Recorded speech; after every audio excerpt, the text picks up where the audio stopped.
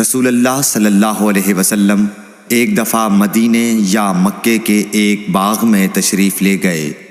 وہاں آپ نے دو شخصوں کی آواز سنی جنہیں ان کی قبروں میں عذاب کیا جا رہا تھا۔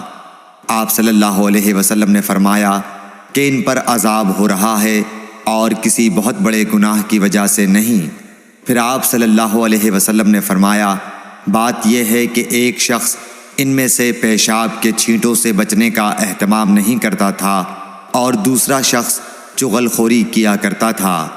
پھر آپ صلی اللہ علیہ وسلم نے کھجور کی ایک ڈالی منگوائی اور اس کو توڑ کر دو ٹکڑے کیا اور ان میں سے ایک ایک ٹکڑا ہر ایک کی قبر پر رکھ دیا۔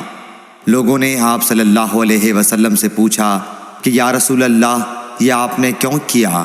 آپ نے فرمایا اس لیے کہ جب تک یہ ڈالیاں خشک نہ ہوں شاید